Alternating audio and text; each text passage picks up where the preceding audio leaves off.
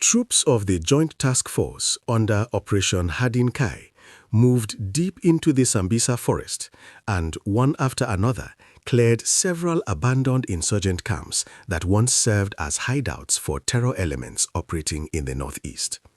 The operation was quiet, deliberate, and tense. By the time the soldiers were done, the forest told a familiar story, one of fear, flight, and the slow reclaiming of lost ground. Now, at this point, it is important to understand what this really means on the ground. The Sambisa Forest, long known as a symbol of terror, secrecy, and suffering, has once again felt the boots of Nigerian troops. This time, however, there were no prolonged gun battles, no dramatic explosions echoing through the trees.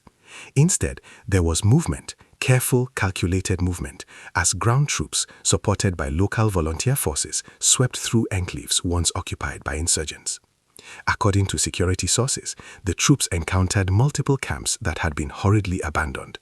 Makeshift shelters stood empty, the cooking areas were cold, food supplies were left behind, scattered or partially destroyed, a clear sign that the occupants fled in haste. But here's where the story gets deeper. Before these camps were abandoned, insurgents were actually sighted within the area. They were there, watching, listening, and when they realized that troops were closing in, they made a choice to flee rather than fight. For many in the region, this detail alone carries quiet significance. It suggests pressure, it suggests fear, it suggests that the grip insurgents once held over these territories is weakening, even if slowly. As the soldiers advanced through the thick forest paths, the atmosphere was heavy. Sambisa is not just a forest, it is a living reminder of years of violence, kidnappings, ambushes, and lost lives. Every rustling leaf raises suspicion. Every bend in the path could hide danger. Troops moved with caution, weapons ready, eyes scanning both ground and canopy. Volunteer forces familiar with the terrain guided the troops through narrow tracks known only to locals. These volunteers, often young men from nearby communities, know what it means to live under constant threat. Many have lost relatives, some have had their farms destroyed. Their presence in the operation was not just tactical, it was personal. For residents of nearby communities, news of the operation spread quickly. Villagers whispered updates to one another. Some listened to radio reports, others heard directly from relatives involved in local security efforts. For many, the clearing of abandoned camps brought mixed emotions, relief, hope, but also caution. "We have heard such news before," one community member quietly said, "but we still sleep with one ear open." That statement captures the reality of life in conflict-affected areas. Even when the military records success, fear does not disappear overnight. Trauma lingers. Trust rebuilds slowly. As troops cleared the camps, they destroyed all remaining structures and food supplies. This is a critical part of such operations. Leaving behind even abandoned shelters can allow insurgents to return, regroup, or use them as temporary bases.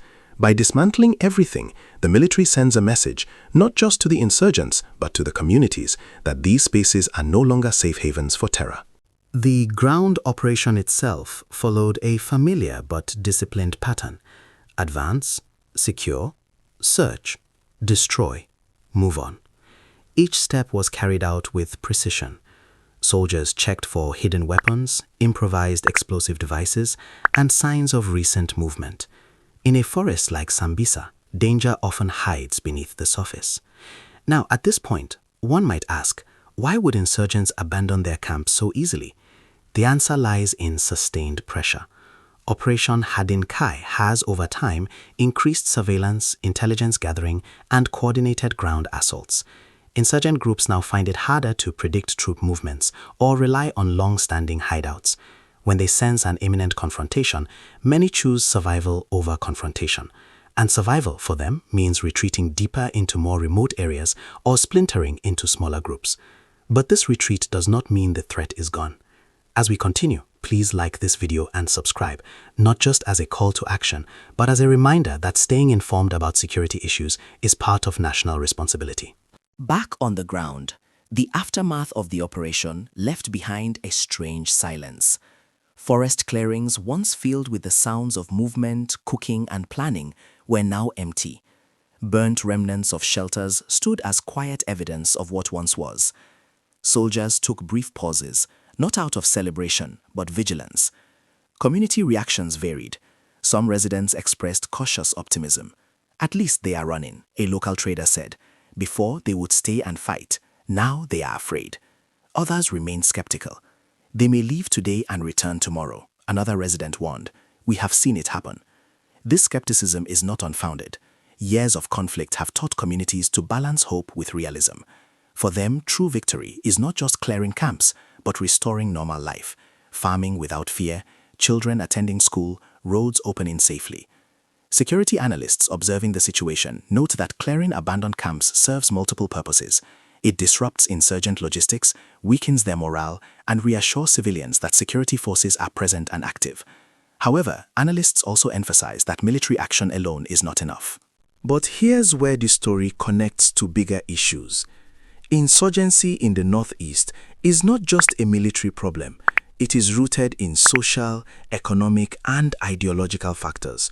Poverty, lack of education, unemployment, and weak governance have all played roles in creating an environment where extremist ideologies can take hold. When camps are cleared, the next question becomes, what happens next? If cleared areas are not stabilized, governed, and supported, they risk becoming contested again. That is why many community leaders are calling for increased civilian protection, reconstruction, and economic support alongside military operations. One local elder put it simply, soldiers can clear the forest, but the government must help us clear hunger and fear. There is also the issue of displaced persons. Each insurgent camp tells a silent story of communities affected. Some of the food supplies destroyed during the operation may have been looted from villages. Some structures may have been built using materials stolen from homes. Every camp cleared is a reminder of how deeply insurgency has disrupted civilian life. From a security standpoint, the operation highlights effective collaboration between troops and volunteer forces. This partnership has proven valuable in navigating difficult terrain and gaining local intelligence. However, it also raises questions about the safety and long-term support of these volunteers. Let's pause again and consider their role. Volunteer forces often operate with limited resources, yet they place themselves in danger to protect their communities. Their courage deserves recognition, but it also calls for proper training, support, and reintegration into civilian life when the conflict eventually subsides. As the operation continues, security forces remain on high alert. The fact that insurgents were observed before fleeing suggests they are still active in the broader area. Retreat does not equal surrender. It often means regrouping. Residents have been advised to remain vigilant and report suspicious movements. Security agencies continue to emphasize the importance of community cooperation. In conflict zones, timely information from civilians can prevent attacks, ambushes, and loss of life. This is where public responsibility comes in. Awareness is not optional. Caution is not fear. Cooperation is not betrayal. These principles have saved lives in the past and will continue to do so. Parents are being reminded to monitor their children. Farmers are advised to avoid isolated areas without clearance.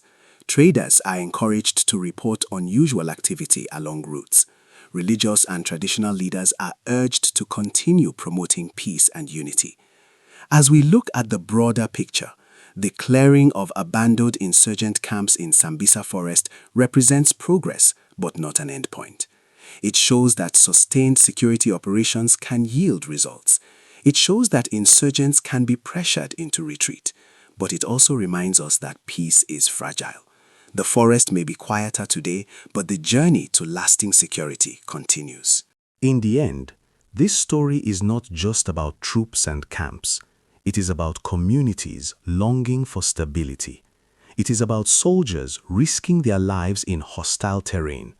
It is about volunteers standing up despite fear. And it is about a nation still working to heal from years of conflict. As the sun sets over the Sambisa Forest, shadows stretch across cleared ground. The camps are gone, the silence remains, and with it a cautious hope that one day this forest will be known not for fear, but for recovery. Until then, awareness, cooperation, and collective responsibility remain our strongest weapons.